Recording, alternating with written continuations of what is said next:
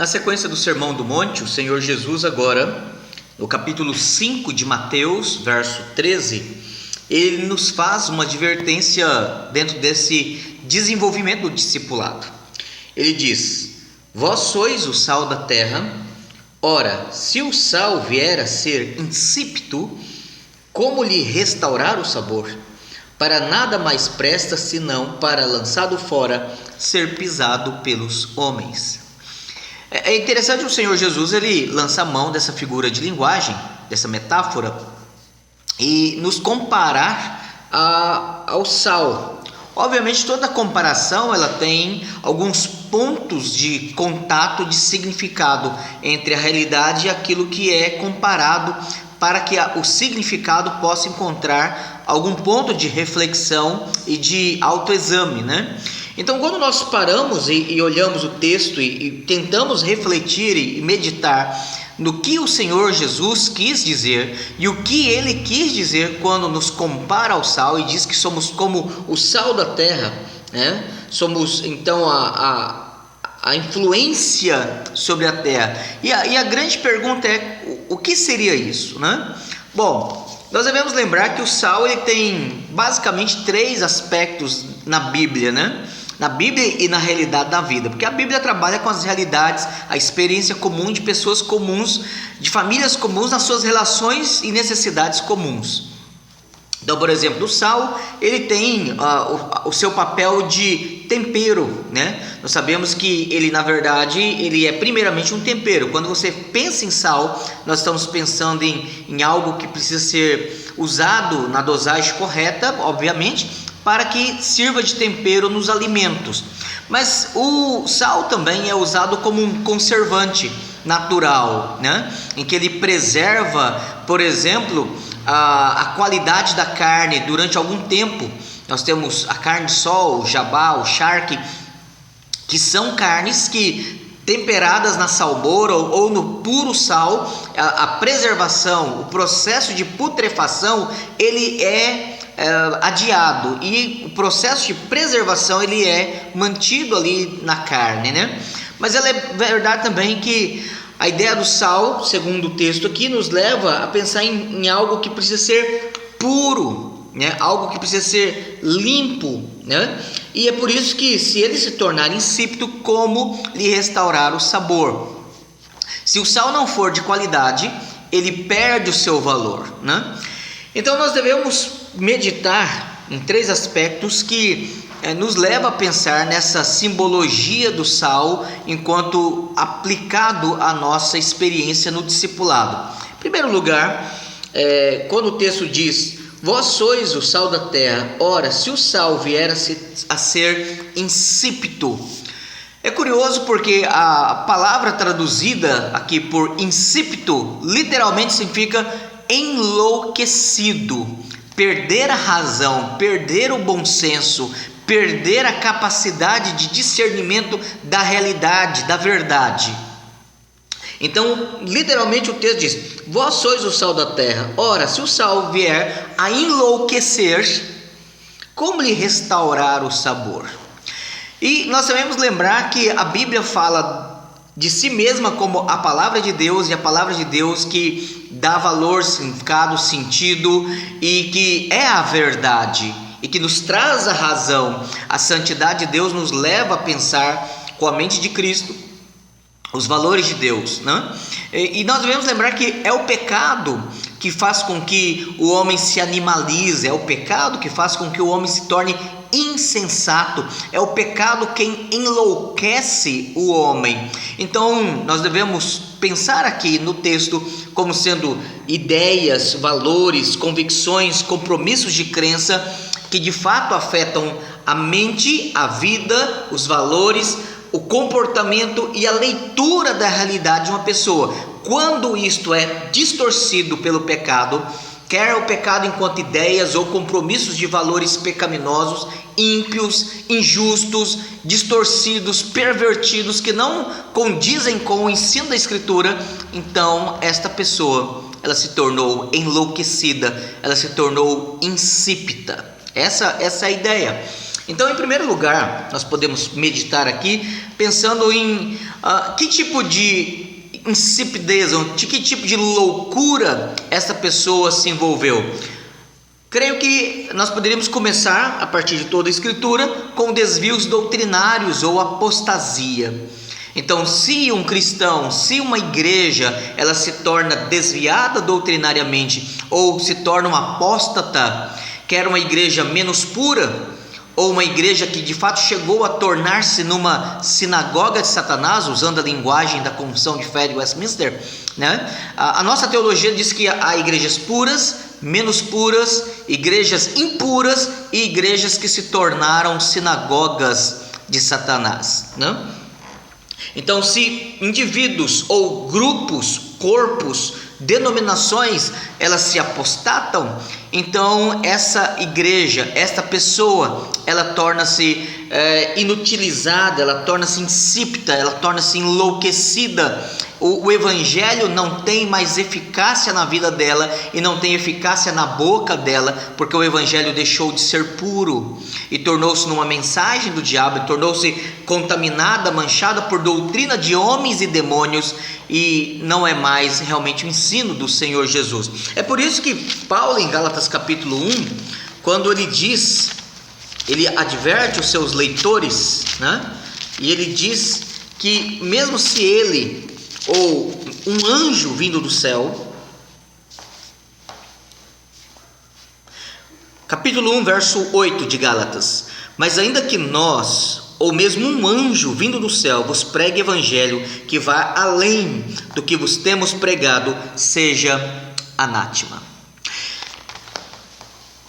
Desvios doutrinários e apostasia tornam ineficaz, tornam insípido, torna enlouquecida uma pessoa ou uma denominação. Se nós pensarmos, por exemplo, na nossa igreja mãe, a PCUSA, a PECUSA, né? Que hoje ela nega o evangelho frontalmente, de forma clara, explícita, que nega o poder do evangelho, nega a ressurreição de Cristo, nega a soberania de Cristo, nega a divindade de Cristo, nega a Bíblia como palavra de Deus, nega os milagres, nega a ressurreição física de Cristo e o retorno do Senhor, nega praticamente todo o evangelho, e não somente nega, mas assume compromissos com ideologias como marxismo, o movimento LGBT, inclusive tendo a ordenação de homens e mulheres gays, assumida e praticantes da homossexualidade, dentre as fileiras dos seus oficiais, entre pastores e pastoras da sua denominação. Essa igreja, ela tornou-se enlouquecida. Essa igreja perdeu a sua autoridade, ela perdeu o seu sabor. É impossível restaurá-la. É interessante que na história social nós olhamos instituições cristãs que se apostataram. Essas instituições, elas nunca voltaram à verdade. A apostasia sempre é de fato excludente da verdade, e ela sempre caminha para longe de Deus. Então, em primeiro lugar, nós devemos pensar em termos de desvios doutrinários e apostasia, né? Em segundo lugar, sincretismo ideológico. É interessante que desvios doutrinários e sincretismo ideológico são coisas que andam juntas, né?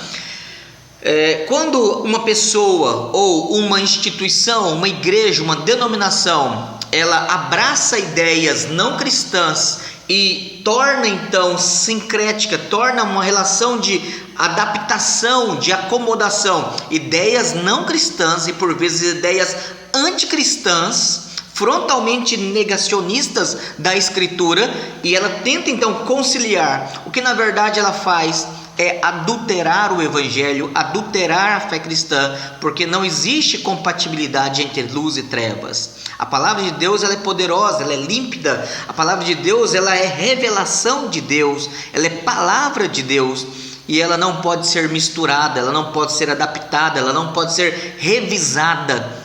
Ela deve ser pregada fielmente no seu ensino e na aplicabilidade conforme a necessidade e o contexto da vida de cada um. Então, em segundo lugar, nós temos o sincretismo ideológico, E eu quero apenas citar 3, nós poderíamos citar várias outras situações e outros movimentos ideológicos, mas 3 que estão muito latentes, muito militantes na sociedade e que estão inclusive infiltrando-se poderosamente de forma destrutiva no seio da igreja evangélica brasileira. Nós temos, por exemplo, o relativismo, que é a negação do absoluto, que é o conformismo a situações onde a verdade ela torna-se líquida, a verdade ela pode ser moldada, adaptada conforme a conveniência e os interesses de cada um.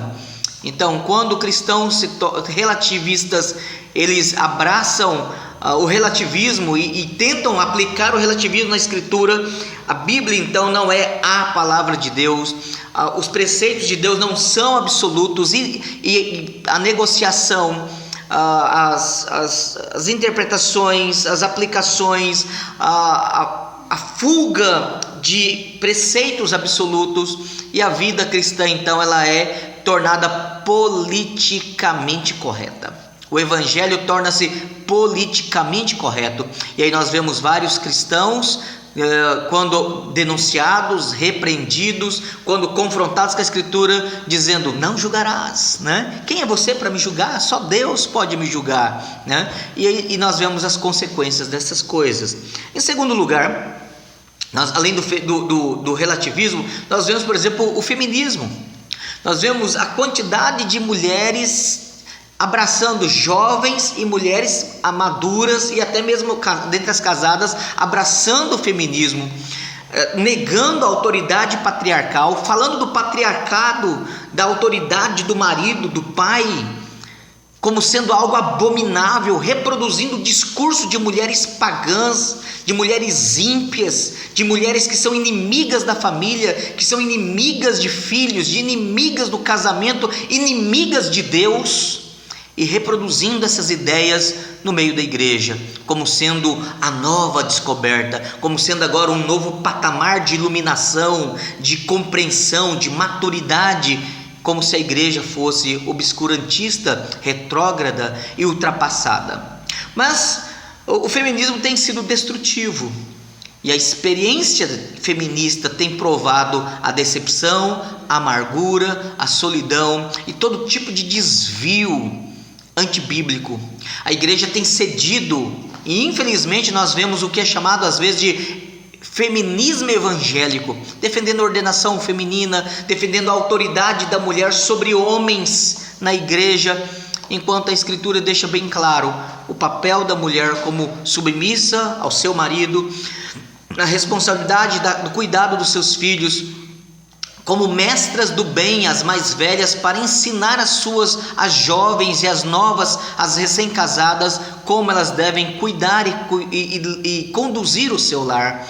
Mas nós vivemos hoje uma situação em que o feminismo tem sido advogado, defendido, tem sido elogiado inclusive por muitos pastores, como sendo um novo momento de ascensão e de liberação do papel das mulheres, né? Mas em terceiro lugar, nós temos também no sincretismo teológico o marxismo, onde nós vemos pessoas defendendo não necessariamente partidos políticos e políticos, mas defendendo ideias marxistas. E o marxismo ele é ideologicamente incompatível com a fé cristã. Nós vemos então a palavra de Deus negando o marxismo, porque o marxismo ensina o materialismo ideológico, sendo ateu. O marxismo fragmenta a sociedade, fazendo com que classes e pessoas de diferentes colocações sociais ou de etnias ou por motivos outros, enfatiza-se a divisão, a facção, o partidarismo, a oposição, os conflitos, e defende inclusive a violência pela revolução. O marxismo nega a meritocracia, o dever de cada um trabalhar e com as suas próprias mãos obter o seu pão, negando a liberdade individual das pessoas, negando a liberdade de expressamento e defendendo ditadores como a China, como a Coreia, como Cuba, a Venezuela e outros lugares onde o cristianismo não somente é oprimido, silenciado, censurado, mas fisicamente por vezes perseguido com prisões, execuções e toda sorte de humilhação. Não é possível sincretizar, não é possível misturar ideologias anticristãs que defendem uma agenda, que defendem doutrinas anticristãs com a fé cristã. Mas, em terceiro lugar, nós devemos lembrar também que escândalos morais eles são prejudiciais e tornam insípido. Pessoas que envolvem-se em escândalos de roubo, desvios, escândalos de corrupção pública, em desvios de formação de quadrilha, de desvios de verba pública, pessoas que envolvem com estupros, com pedofilias e várias outras situações, e elas então, por causa desses escândalos, elas perdem a sua autoridade, perdem o seu sabor como cristão para falar sobre pecado, sobre a misericórdia de Deus, sobre o poder de Deus. Então observe bem, desvios doutrinários, sincretismo ideológico e escândalos morais são de fato pontos que podem tornar insípido, enlouquecido o sal. E aí a pergunta do Senhor Jesus é: como lhe restaurar o sabor? Para nada mais presta, senão para, lançado fora, ser pisado pelos homens. Esse é um perigo que nós devemos evitar, né? Nós devemos evitar porque a Bíblia fala do sal como sendo algo que conserva. A Bíblia fala algo do sal como tempero. Colossenses capítulo 4, verso 6.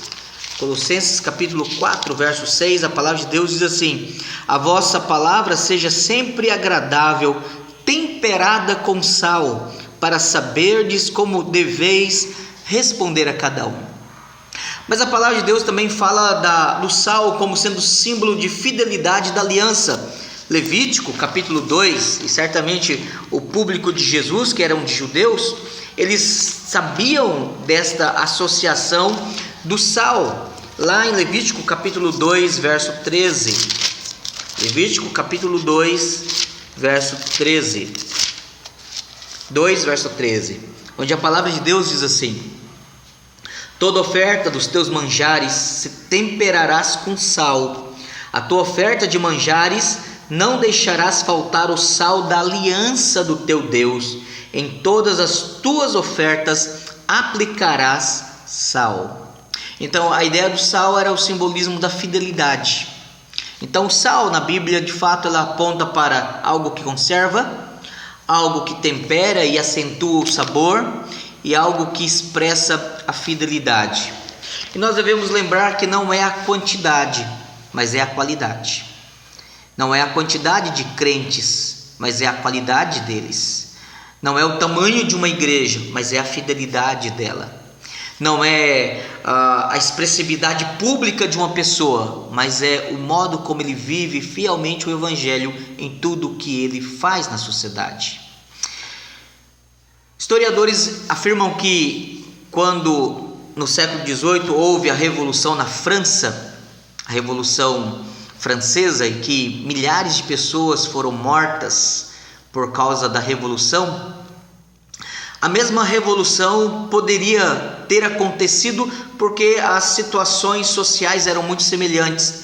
A mesma situação de revolução poderia ter acontecido na Inglaterra.